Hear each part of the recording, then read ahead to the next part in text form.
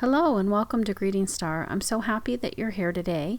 I have a card to share with you that I made from supplies that were in a kit I purchased. I subscribed to. It's the SCT sampler for May of 2022, and it comes with this beautiful little die cut and background. And you can see that I've already cut out the word sweet out of that beautiful pink paper, and you can see also that I'm going to use these flower dies. Now these flower dies did not come in the kit. I purchased those separately from Elizabeth Craft Designs, and I just wanted to create some beautiful little dainty flowers, which these dies do very well, and put those on my card to highlight the sweetness. The word sweet. I thought flowers go perfectly with the word sweet. Also, if you want to do anything, like if you have any ice cream die cuts or stamps, you could do that. Stamping doesn't work really well on textured paper, so that's why I chose to go with the die cuts. And then I'm going to use these little circles here. These are puffy stickers that came in the sampler, and I'm going to put those for the centers of my flowers.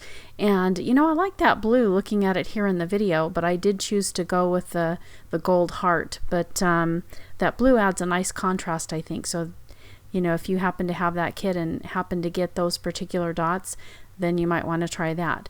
Of course, if you don't have those puffy stickers, you can cut it out of paper or anything else. Use the Nuvo crystal drops or anything else you have. Now, I wanted to use this stamp set to put on there wishing you a sweet birthday. So this is a kit from Simon Says Stamp. It's the Magical Birthday Set.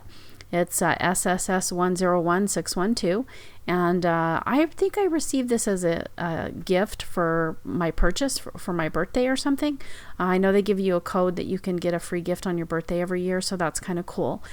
So I'm not sure if you can purchase it. If so, the link will be down below. So I'm going to use my stamping platform to stamp this because this paper is textured, so I'm sure that I'll need to stamp it more than once to get a good impression. So I'm just going to put this card into my stamping platform, and so I can stamp it more than once. And I'm going to use some VersaFine black onyx ink. I think that's the best ink for any kind of detailed stamping, such as font and text and so on and so forth.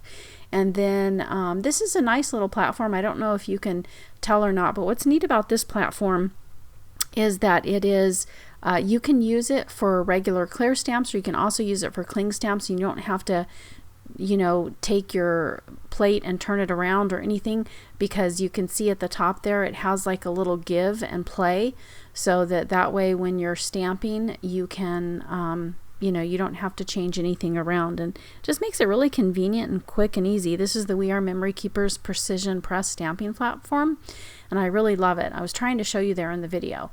Okay, so now I'm done stamping this, so I'm going to remove it, and there is a sticky mat that I put in it. It doesn't come with a sticky mat. I purchased those separately off of Amazon. Those are the NiCappa cutting mats that you use in electronic cutting machines, but I just cut them down to fit into my little stamping platform, and I love that. Okay, so now it's time to adhere those flowers, and I think they're so pretty. I love dainty things. How about you?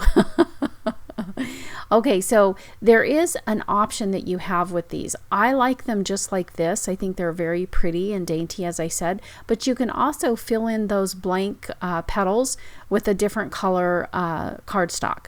So you can choose to cut them out of yellow or pink, and if you watch all the way to the end of the video, I'll show you a photo where I did just that with some pink cardstock. So for the inside of the card, I wanted to use the leftover pieces that were on the inside of the dies, and so I'm just putting those on the inside of the dies here, so that way I know which petals go with which flower.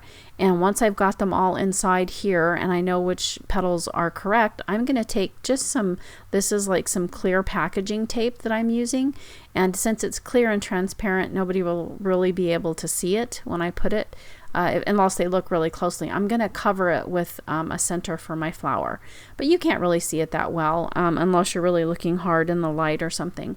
So now I'm just going to use some Tombow Mono to adhere these petals to the inside of my card, just as I did with the flowers on the front of the card.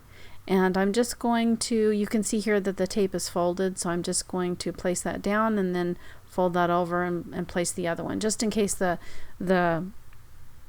placement wasn't correct. Okay, so now I'm going to use this hole punch and cut out a hole from this textured pink cardstock, and I had done some stamping on it, so I thought I'd check and see if I like the look of that, but I didn't like the look of it with the flower, so I'm just going to flip it over and have the plain pink, which I think is really pretty. You can choose any color you'd like to go on your flowers here, and then I'm just going to trim up this the excess tape that's kind of sticking out.